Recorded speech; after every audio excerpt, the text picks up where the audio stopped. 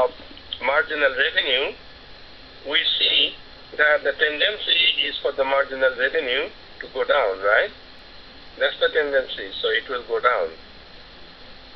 Whether it's one of the athletic shoes, whether even it's the iPhone, whether it's a very hot brand of ladies perfume, or very hot brand of ladies bag, or a very hot brand of shoes, whatever it is, right? On the other hand, what do you see in marginal cost? I told you it always goes up. Okay? So we have two different forces, opposing forces. As you keep on selling something, a point comes where you will not make more money out of selling that. You will, starting from the beginning, you will be making significant amount of money, a lot of revenue. But a point will come when, as you said more, you are not going to make any more money, probably will lose money, right? On the other hand, marginal cost keeps going up. So there must be a point when these two things are equal. One is two opposing forces, MR going down, MC going up. This is the point where you must stop. Intuitively again, if you don't stop producing here, if you go past this point, then let's say that this is a point, hypothetically, let's say this is a point where your Q is equal to 1000. You produce 1000 unit, and at the 1000th unit, at the 1000th unit, MR equal to MC. Okay? Tell me now, what will happen if you push it to one more unit? If you produce 1001 units, Q equal to 1001, what will happen? Somebody please with some good business knowledge. If you produce one more unit, what will happen? Marginal revenue is in a free fall, it is going down, and marginal cost is going up. Okay. In other words, your MR, your MC will be higher than your MR. At that point, your cost of producing the last unit will, it is actually not so much the law of diminishing returns, but it's just the nature of the market. Okay? So if you go past that point, if you push it too far, what will happen is your cost of production will exceed the revenue that you will make by selling that extra unit. Got it? Okay. Now, the flip side.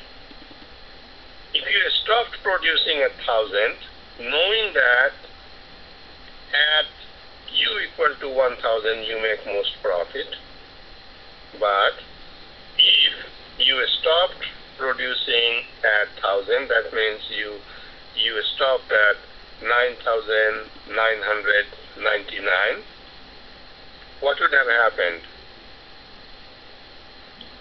What would have happened? Just the opposite of what I have in the bottom. What would have happened is that you are still making money.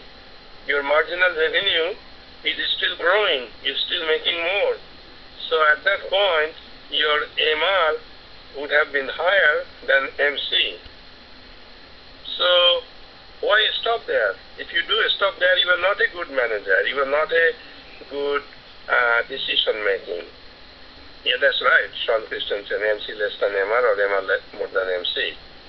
So if you stop there, then you are definitely not a good manager, because you are adding to the total revenue. By stopping there, you quit adding to the total revenue. Your profit margin will be less than what it would have been. So by default, then we know that profit is maximized at MR equal to MC. Makes sense? Is there anyone who has a question on this? What we have done is a very gigantic thing, explained the rule of profit maximization. In the textbooks, they will explain this with charts, with tables, and what kind of any kind of paraphernalia they can use. But this is the most intuitive explanation. And you are managers, so you know that you are there to make money, you are there to maximize your profit, and this is the point where profit is maximized. There is no other point where profit will be maximized, right? MR equal to MC. So as I said, that's the golden rule. It is true in the case of perfect competition. It is true in the case of monopoly. It is true in the case of monopolistic competition. And ideally, it would have been true in the case of oligopoly also. But the oligopoly market is a special case. The rule applies, but the circumstances are different. Therefore, we have a slightly different rule in the oligopoly market. And that's why we do the oligopoly at the end, at the very end. Okay? Any question up to this point? Then we are going to go to profit maximization right now. Anyone has any question?